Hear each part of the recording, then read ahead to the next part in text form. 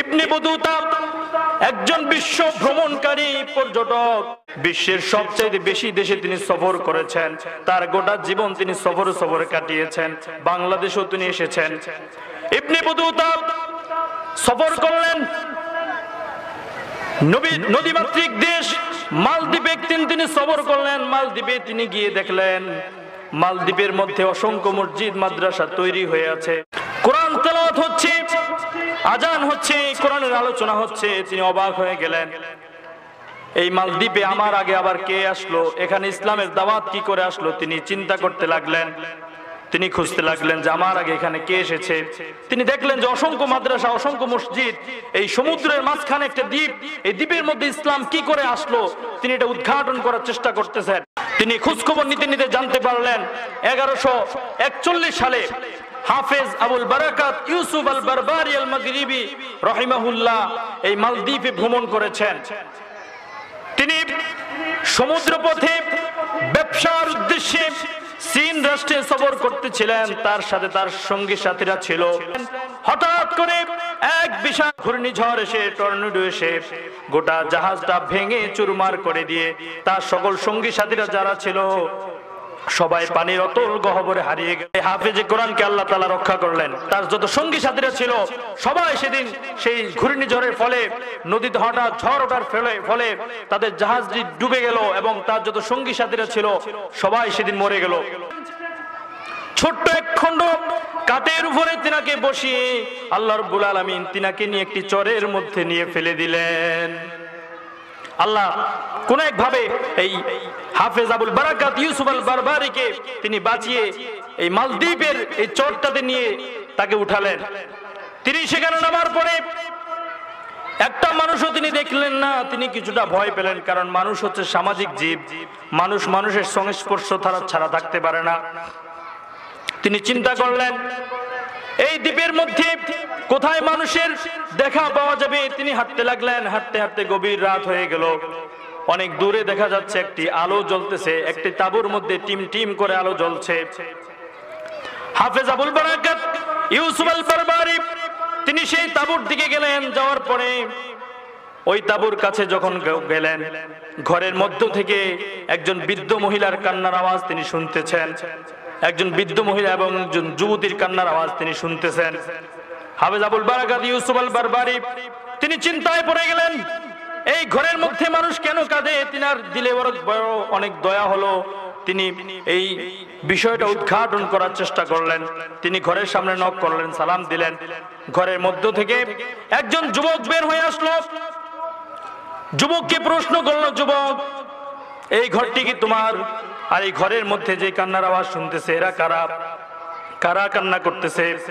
যুবক বলল, যে বৃদ্ধ মহিলাটির কান্না আপনি শুনতেছেন এই বৃদ্ধ মহিলাটি হচ্ছে আমার মা, আর যে যুবতী মেয়ের কান্নার আওয়াজ শুনতেছেন এই যুবতী মেয়েটি হচ্ছে আমার বোন। হাফেজ আবুল বারাকাত ইউসুফ আল বারবারি বললেন, কাঁদে কেন? প্রাচীন কাল থেকে একটি রীতি চলে আসছে, নিয়ম চলে আসছে, প্রতি বছর একটি সামুদ্রিক জিন, সামুদ্রিক দৈত্য এই এলাকার মধ্যে ঢুকে এই এলাকার মধ্যে ত্রাস সৃষ্টি করে, মানুষের ক্ষয়ক্ষতি করে, সমুদ্রের বিশাল গর্জন নিয়ে এই এলাকাকে সে ডুবিয়ে দেয়। তার এই অত্যাচার থেকে বাঁচতে হলে আমাদের দেশে প্রতি বছর আমাদের একজন মানুষকে সেখানে বলি দেওয়া হয়, দেবালয়ের মধ্যে বলি দেওয়া হয়, নাউজুবিল্লাহ। তো প্রতি বছর একজন কুমারী মেয়েকে সিলেক্ট করা হয় লটারির মাধ্যমে। তো এই বছর এই লটারির মাধ্যমে আমার বোনের নাম এসেছে, আর কালকেই সেই দেবালয়ে নিয়ে যাওয়ার তারিখ। বাদশার লোক এসে আমার বোনকে নিয়ে যাবে, এই জন্য আমার মা এবং আমার বোন কান্নাকাটি করতেছেন। হাফেজ আবুল বারাকাত ইউসুফ আল বারবারি বললেন, অসম্ভব যে একজন মানুষের ক্ষতি করে অন্য মানুষ বাঁচবে, ক্ষতি থেকে বাঁচার জন্য একজন মানুষকে হত্যা করা হবে, এটা কিছুতেই মেনে নেওয়া যায় না। জোরে বলুন আল্লাহু আকবার। কারণ একজন মুসলিম জানে অন্যায় ভাবে একজন মানুষকে হত্যা করলে গোটা পৃথিবীর সব মানুষকে হত্যা করা হয়। হাফেজ আবুল বারাকাত ইউসুফ আল বারবারি বললেন, যুবক তোমার বোনের যদি কোনো নতুন কোনো শাড়ি থাকে সেই শাড়িটা নিয়ে আসো, আমি সেই শাড়ি পরবো, আর আমি যাব তোমার বোনের পরিবর্তে সেই দেবালয়ে, দেখি সেই সামুদ্রিক দৈত্য কি ক্ষতি করতে পারে আমার। হাফেজ আবুল বারাকাত ইউসুফ আল বারবারি সুন্দর চেহারার মানুষ ছিলেন, টকবকে যুবক ছিলেন, দাড়ি এখনো ওঠে না, একেবারে যুবক ছিলেন। ওই যুবক একটি শাড়ি এনে হাফেজ আবুল বারাকাত ইউসুফ আল বারবারিকে দিলে তিনি সেই শাড়িটি পরলেন। পরার পরে সকালবেলা বাদশার লোক এসে যুবতী মনে করে হাফেজ আবুল বারাকাত ইউসুফ আল বারবারিকে নিয়ে গেলেন।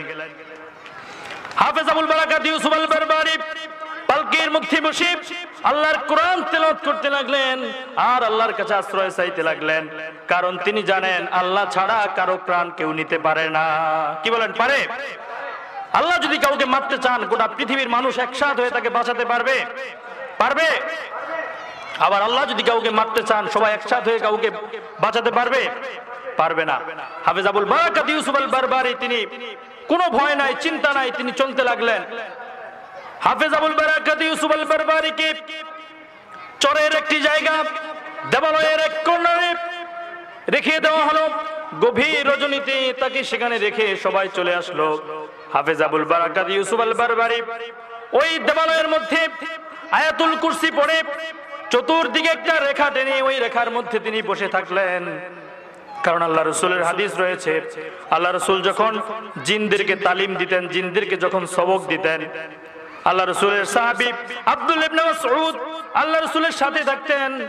সহিহ বুখারী বর্ণনা, আব্দুল্লাহ ইবনে মাসউদ রাদিয়াল্লাহু তাআলা তিনি বর্ণনা করেন, আল্লাহ রাসূল যখন জিনদেরকে তালিম দিতেন, জিনরা যখন তার কাছে দ্বীন শিখতে আসতো, আল্লাহ রাসূল আমাকে একটি রেখা টেনে আয়াতুল কুরসি পড়ে একটি রেখা টেনে ওই রেখার মধ্যে আমাকে বসিয়ে রাখতেন। হাফেজ আবুল বারাকাত ইউসুফ আল বারবারিও তিনি একই কাজ করলেন। তিনি আয়াতুল কুরসি পড়ে চতুর্দিকে একটি দাগ দিয়ে দাগের মধ্যে তিনি বসে থাকলেন। সবাই চলে গেল। হাফেজ আবুল বারাকাত ইউসুফ আল বারবারি গভীর রজনীতে সূরা ইয়াসিন, সূরা রহমান, সূরা মুলক পড়তে পড়তে কিছুক্ষণ পরে রাত্রে যখন অর্ধাংশ শেষ হলো, ওই সামুদ্রিক দৈত্য বিশাল ত্রাস সৃষ্টি করে সাগরের মধ্যে ঢেউ তরঙ্গ সৃষ্টি করে ওই দেবালয়ের দিকে ধেয়ে আসছে। হাফেজ আবুল বারাকাত ইউসুফ আল বারবারি তিনি তখনও কোরআন তেলাওয়াত করতে লাগলেন।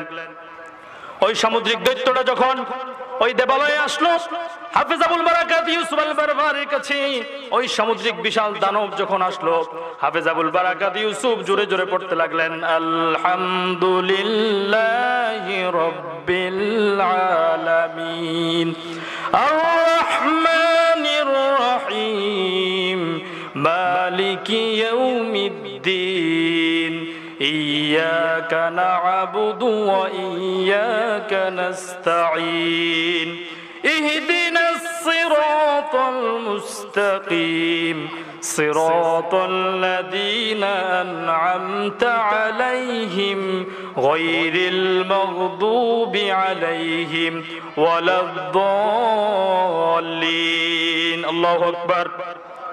হাফেজ আবুল বারাকাত ইউসুফ আল বারবারি যখন সূরা ফাতিহা পড়ল, ওই সামুদ্রিক দৈত্য, সামুদ্রিক দানব, তার গোটা শরীরের মধ্যে আগুন ধরে গেল। আল্লাহু আকবার।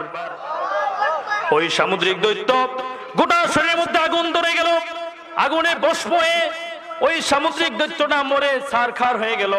হাফেজ আবুল বারাকাত ইউসুফ আল বারবারি তিনি জীবন্ত রয়েছে। এরপরে সকালবেলা বাদশার লোকজন লাশ নিতে আসলো, কারণ প্রতি বছর একটি কুমারী মেয়েকে ওখানে রেখে যাওয়া হয়। সামুদ্রিক দৈত্য এসে তার রক্তগুলো চুষে তার লাশটা ওখানে ফেলে রেখে যায়। সকালবেলা বাদশার লোক এসে ওই লাশটাকে প্রতিদিন নিয়ে যায়। কিন্তু বাদশার লোকজন লাশ নিতে এসে অবাক করা কাণ্ড দেখে তারা অবাক হয়ে গেল, কৌতূহল জাগলো। প্রতি বছর যা হয় এবছর হয়েছে তার উল্টোটা। প্রতি বছর যাকে দেবালয়ে রেখে আসা হয় সে মারা যায়, আর সামুদ্রিক দৈত্য সে চলে যায়। আর এই বছর এসে দেখতেছে সম্পূর্ণ উল্টোটা, যে যাকে রেখে গেছে সে বেঁচে আছে, কিন্তু সামুদ্রিক বিশাল এই দৈত্য সে মরে এখানে চিত হয়ে আছে। বাদশার লোকজন অবাক হয়ে বাদশাকে খবর দিলেন। বাদশা তার সৈন্য সামন্ত নিয়ে ৭০,০০০ সকল মানুষকে একত্রিত করে ওই দেবালয়ের কাছে আসলেন। বাদশা এসে বললেন, যুবতী। বাদশা তো আর জানে না যে এখানে যুবতী রয়েছে নাকি হাফেজ আবুল বারাকাত ইউসুফ আল বারবারি আছে। বাদশা এসে বললেন, যুবতী, কেমন ঘটনা ঘটলো, কেমন কাণ্ড তুমি করলা যার কারণে এই দৈত্যটা মরে সাফ হয়ে গেল, আমাদেরকে সব ঘটনা খুলে বলো। হাফেজ আবুল বারাকাত ইউসুফ আল বারবারি তিনি দাঁড়িয়ে গাও থেকে শাড়িটা খুলে দবদবে এক সাদা যুবক, পাঞ্জাবি পরা, টুপি পরা এক যুবক বের হয়ে আসলো। বাদশার লোকজন তো আরো অবাক হয়ে গেল, কিরে রেখে গেলাম একটা যুবতীকে, এ তো দেখছি একজন পুরুষ মানুষ। বাদশা বলল, যুবক ঘটনা কি খুলে বলো। হাফেজ আবুল বারাকাত ইউসুফ আল বারবারি সব ঘটনা তার খুলে বললেন। বাদশা বললেন, তুমি কোথায় থেকে এসেছো? তিনি সব ঘটনা খুলে বললেন। এরপরে বাদশা বললেন, ওই জিনটাকে তুমি কি করে শায়েস্তা করলে, যে জিনটা প্রতি বছর আমাদের একজন একজন করে মানুষ হত্যা করে? হাফেজ আবুল বারাকাত ইউসুফ আল বারবারি বললেন, আমার কোন ব্যক্তিগত কোন ক্ষমতা দিয়ে আমি এই জিনটাকে ধ্বংস করি নাই, আমি আল্লাহর কোরআন পড়ে, আল্লাহর কোরআন তেলাওয়াতের অ্যাকশনে এই জিনটা দুনিয়া থেকে খতম হয়েছে।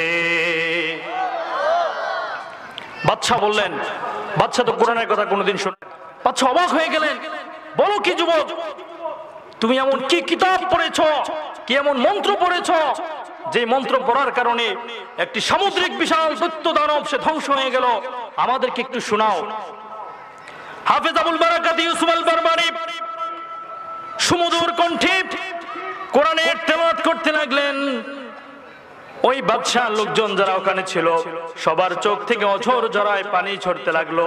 পানি ঝরতে ঝরতে সকলের বুক ভেসে গেল। ওই ৭০,০০০ লোক একসাথে বলে উঠলো, আল্লাহু আকবার। বাদশা বলল, যুবক কি এমন বাণী তুমি শোনালে, এটা কি শোনালে তুমি আমাদেরকে? জীবনে শুনলাম না এত সুন্দর তেলাওয়াত, এত সুন্দর এক বাণীর তেলাওয়াত তুমি আমাদেরকে শুনিয়েছো, আমাদের হৃদয় ভরে গেছে। যুবক, ও যুবক, তুমি যে ধর্ম গ্রহণ করে এসেছো, তুমি যে আল্লাহকে বিশ্বাস করো, আমি সহ আমার যত প্রজা রয়েছে, আমার যত সৈন্য সামন্ত রয়েছে, আমরা একসাথে ৭০,০০০ মানুষ পড়ে নিচ্ছি লা ইলাহা ইল্লাল্লাহু মুহাম্মাদুর রাসূলুল্লাহ। তাহলে একজন হাফেজের কোরআনের উসিলায় আল্লাহ তাআলা একটি দেশের মধ্যে ইসলামের পতাকাকে উড্ডীন